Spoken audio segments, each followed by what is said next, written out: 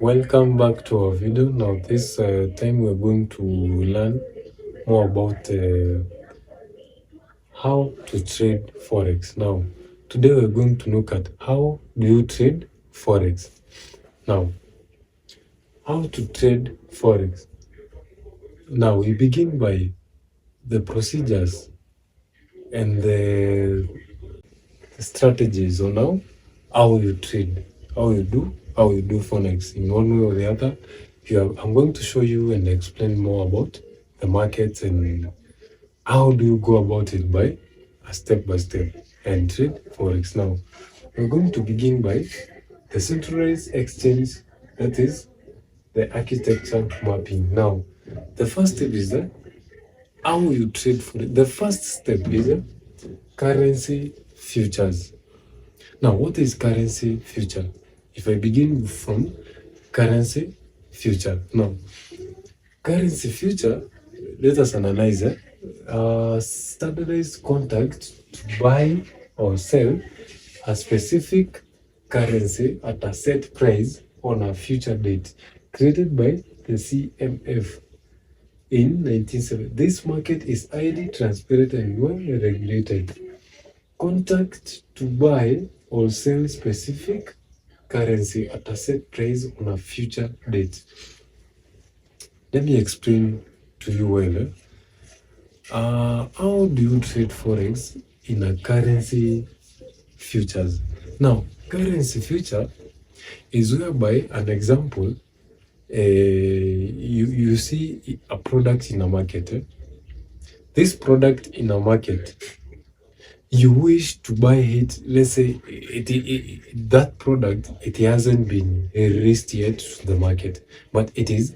You see the way Samsung, okay, the way Samsung company or the Apple company, they produce phones, so they alert customers that in the next maybe 2 months we'll be releasing, let's say maybe this type of a phone. But literally, it hasn't been released, but it has been released, but not to the market. Now, you see, the customers are preparing to see the reviews and the other things. You see, you compare the reviews of the coming phone. You prepare to buy the coming phone. Now, an example, if you want to buy that phone, you go to a company, let's say a Apple company or Samsung company. Now, you say, I want this phone will cost, an example, it will cost, let's say, an example, like $60. That is how the phone is going to cost that time. Now, for you, you come, you say, I want to buy that phone. I want to buy that phone in the future, before it has been released. Yeah? Before it has been released. Now, what you do, you pay that money. You pay that money. Now, no matter what, now you make a binding with the sellers or the Samsung company or the Apple company. You make a binding that in case, now that is a legally signing binding. In case that product goes up, the price of that item goes up, I'm able to buy it at a certain price, the certain price that we legally set with the sellers. That is the Apple, the Samsung company. Now, an example, you said we want to make an arrangement of a legal binding of, I want to buy that Apple at $60 exactly. That is how you predict the price of that phone. But with time, let's say, you know the demand of the market demand may come up, and you find people want to buy that product more and more and more. Now, that is how the Apple company produces more and more, or the Samsung company produces more and more phones. Now, you get the demand. When it gets high, the more the price gets high, because the company now, you see, knows this item has a demand. Now we have to upgrade or to uplift our prices within, even if it's a 5% of the price that we are selling. That is how we call This is a currency futures. Currency future. Now that is how you figure out the currency future. You know the company is going to uplift that price of the commodity. Now you target. Now you sign a contract, maybe an eagle binding. Now I want to buy that item at 60. No matter the price is up or down, as long as you've signed the contract legally binding, now you go to those sellers and tell, I have a binding of legal. I knew the product is going to be released at this time.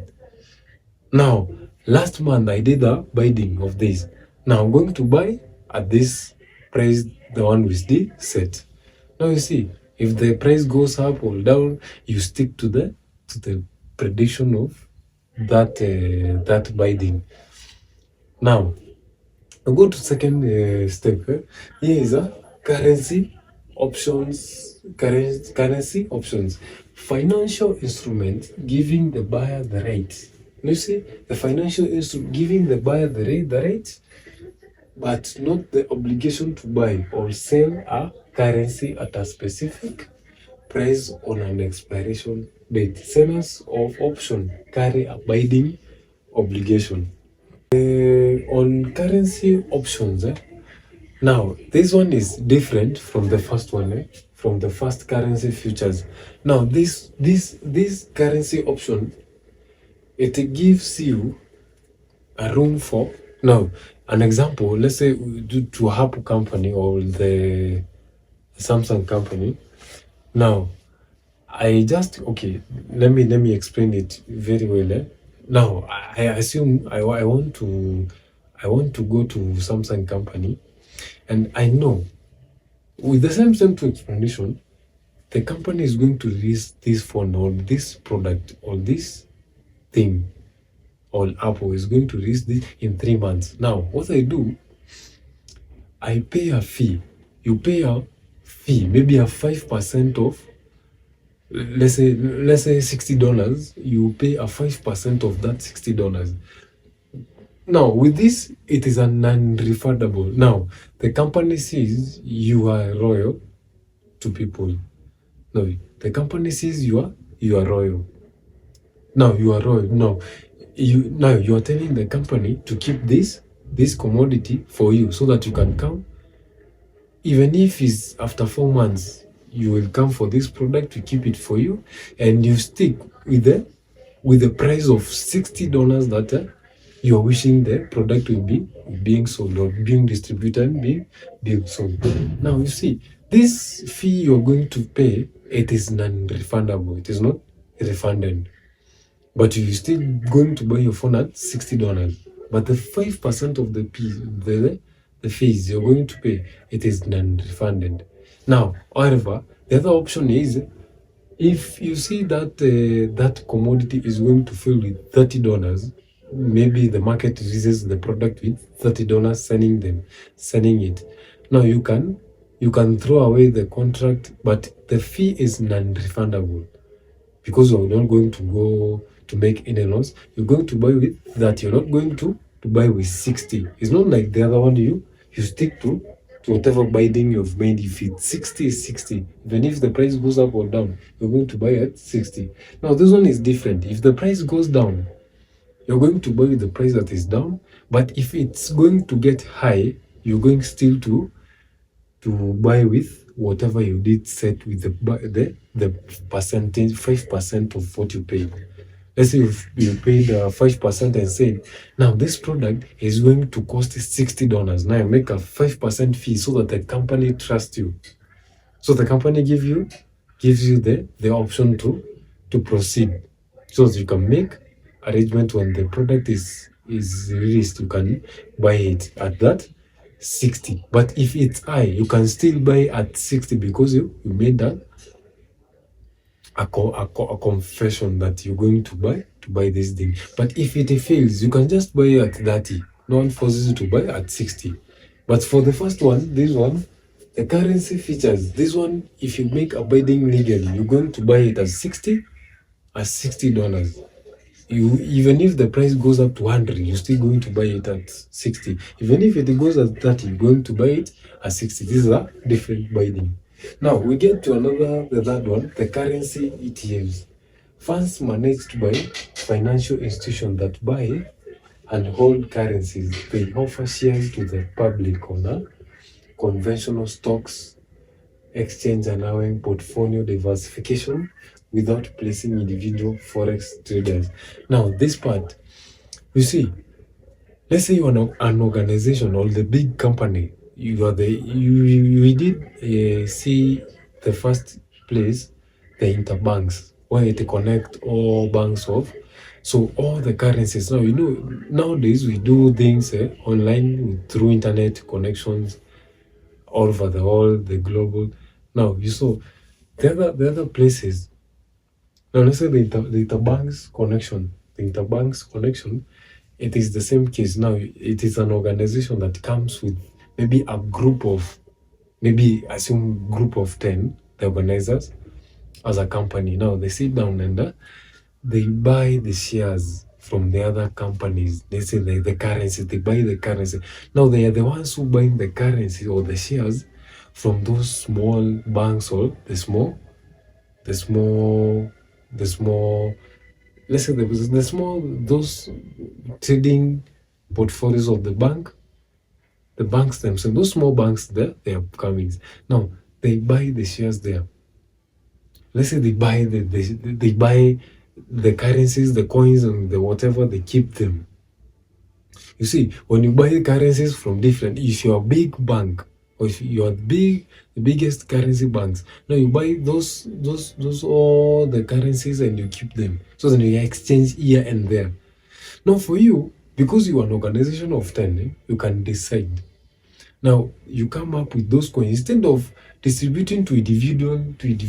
Now you sit down with those coins after being bought from different interbanks.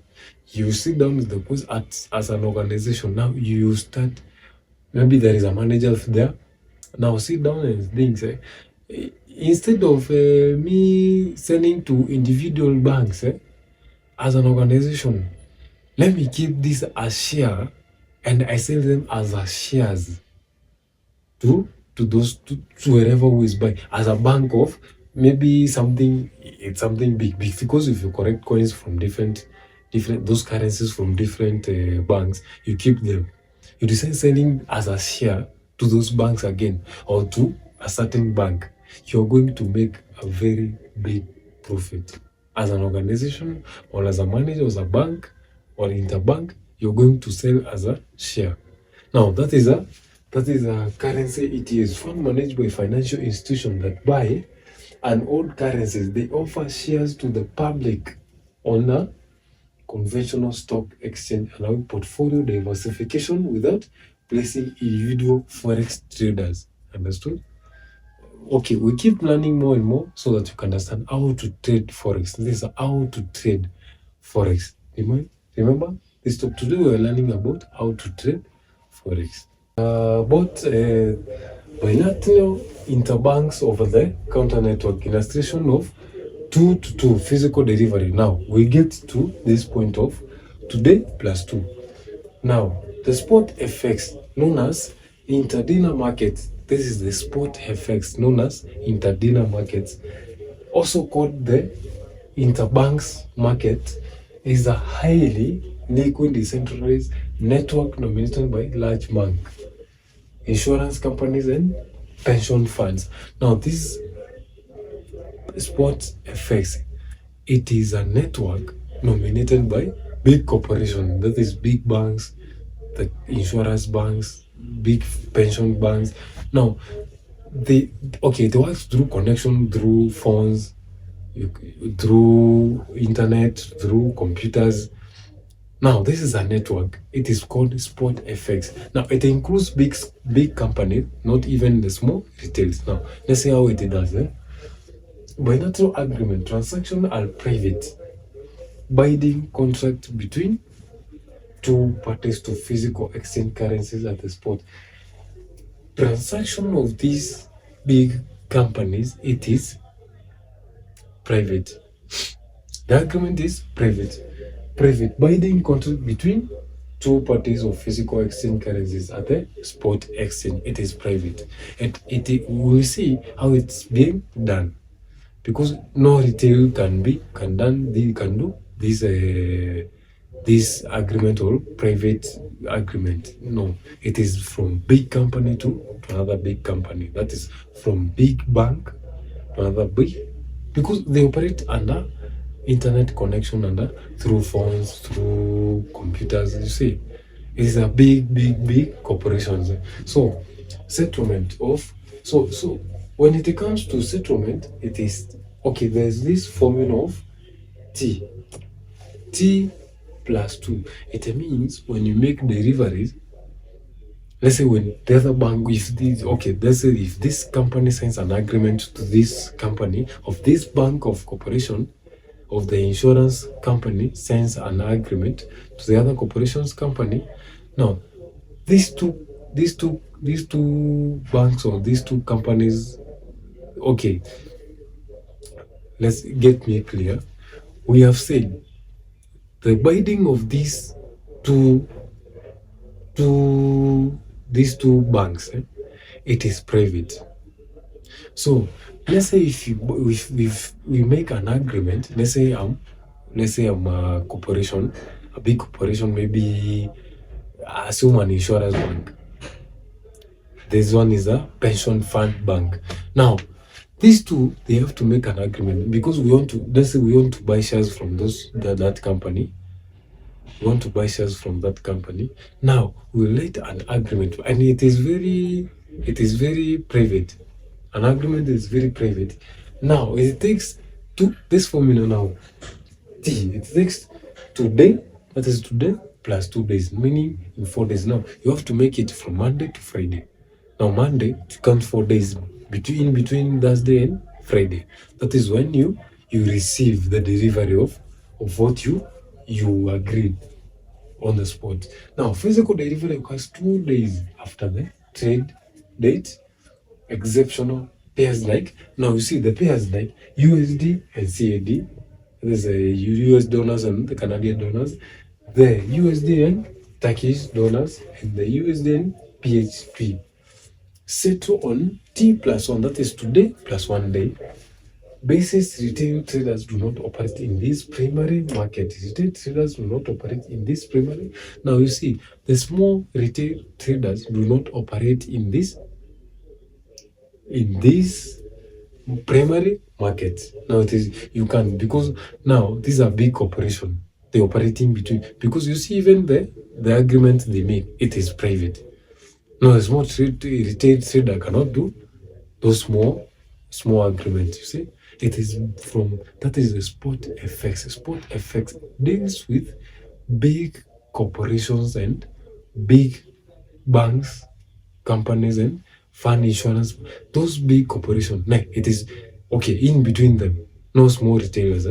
Now understand that is the spot FX. Now we're going to see the next, what is the role of, let us see the next, what we're going to talk about, still on the how to trade Forex. This part of about the retail traders. Now we want to see the retail traders, where they are how to regulate where most regular traders rely on.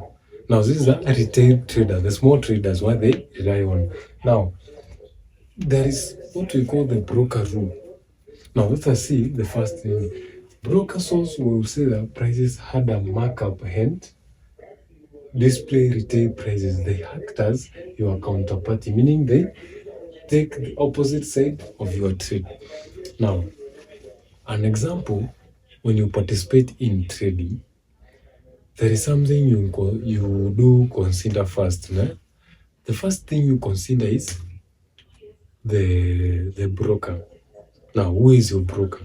Now, you consider the broker. The broker is the person who, let's say you buy from the broker, and the broker sells. Okay, you want to buy, let's say when you trade currency, that is euro versus USD. You want to buy the euro versus the USD. Now you want to buy, no, you're telling your broker, I want to buy from you the euro and you sell to me the euros. Now you see, now the same way, when you buy, there is a broker. You must have a broker for you to participate in Forex. You must have a broker and a trusted broker. We'll get there to how to choose the best brokers. Now, this time I'm clarifying how where the retail, the small retailers or the small traders rely on. Most and many people rely on. Now, the broker who is a person who, now, let's say the broker, what does it? The broker, okay, an example, let me give an example. Assume I'm a broker. Now, I want to, now, you see, I know you people want to buy a certain product. Now, I just go.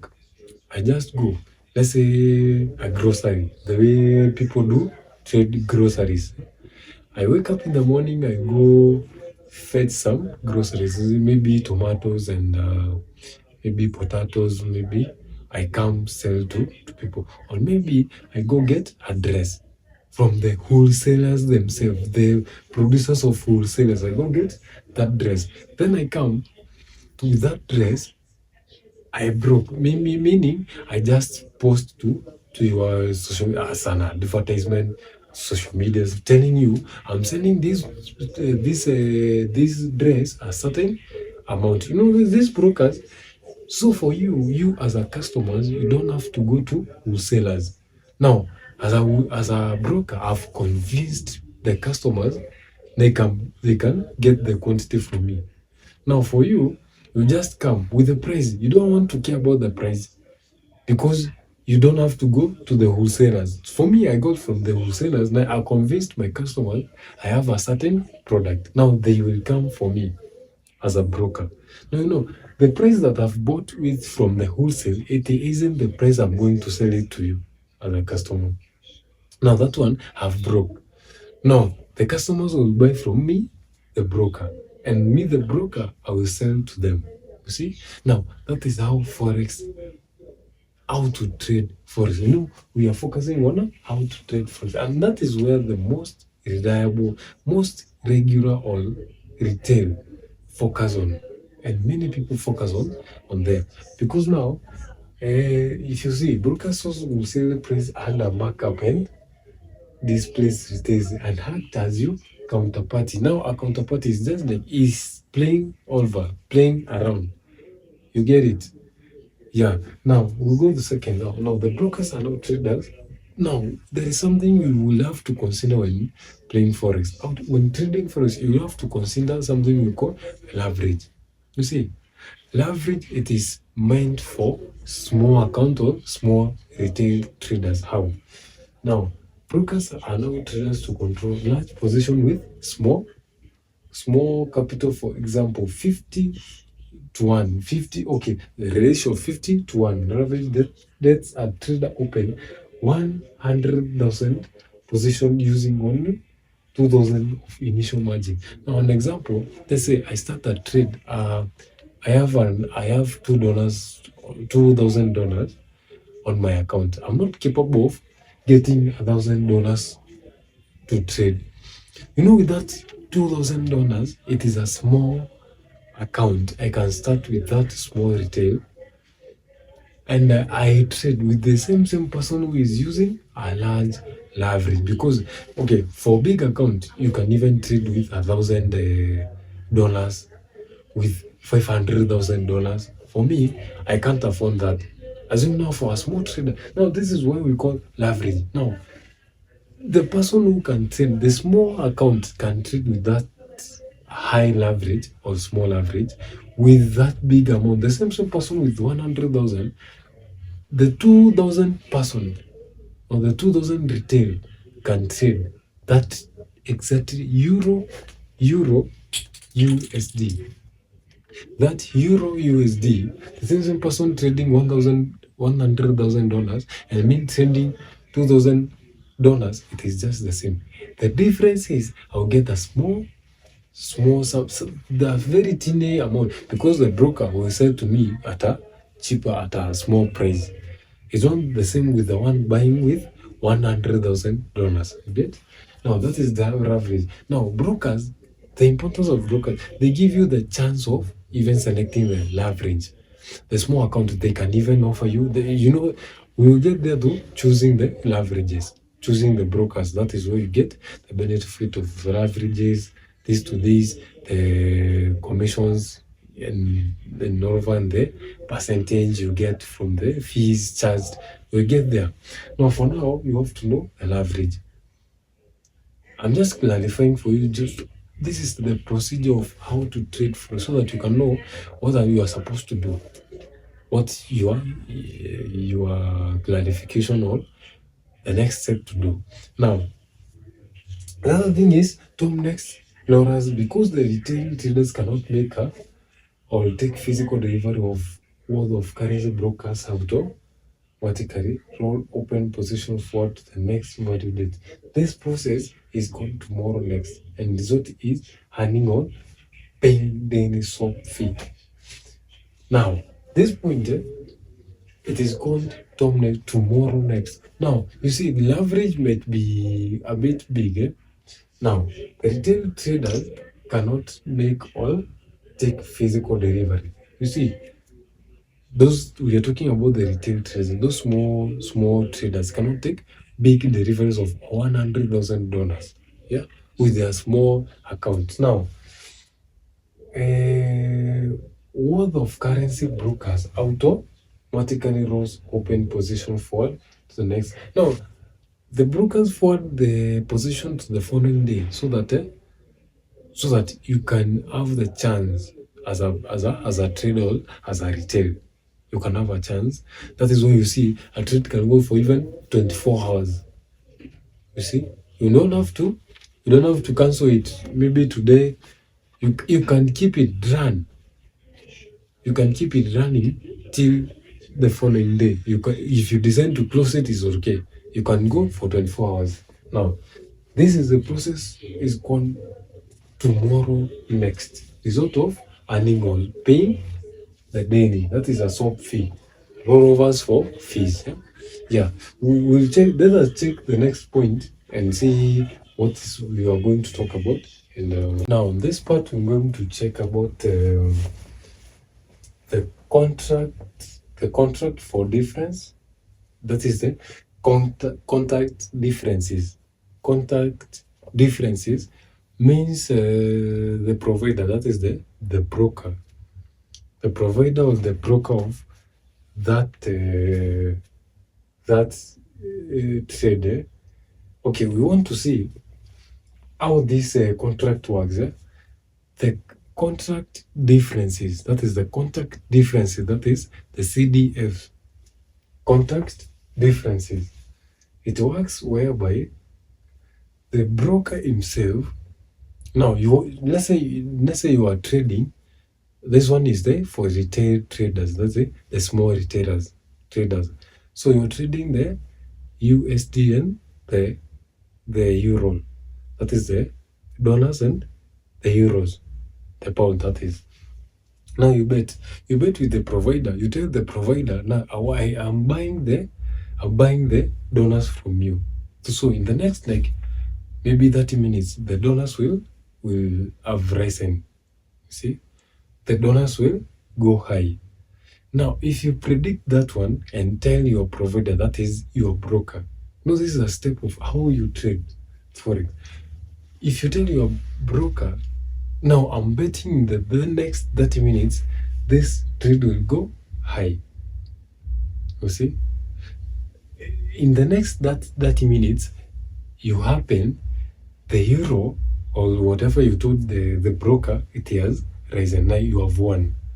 Now that one, the broker pays you because you have won the prediction of buying of the currencies. That is buying of the euros. They have gone up. Now, just in case, let's say you're trading like this, USD, euros. In case the euros drop, maybe you told your provider or the broker, I'm buying the euro will go up. All of a sudden, the euros drops and then it goes down. You have to pay. Now, like a retail trader or retail forex trader, I'm going to pay the broker the specific amount. Because if you say you're trading with $1 or you're trading with $100, when this one it rises, now the broker himself, because you have won, the broker pays you, this amount increases. But if it drops down, you're going to pay the provider. Now that is what we make losses and profits. Second thing is a forex spread bet. Derivative forex derivative where a trade bets a certain amount of money per point of price movement on a currency pair. Now the spread bet, it is a certain trading where the provider, okay, you tell the provider each and every movement.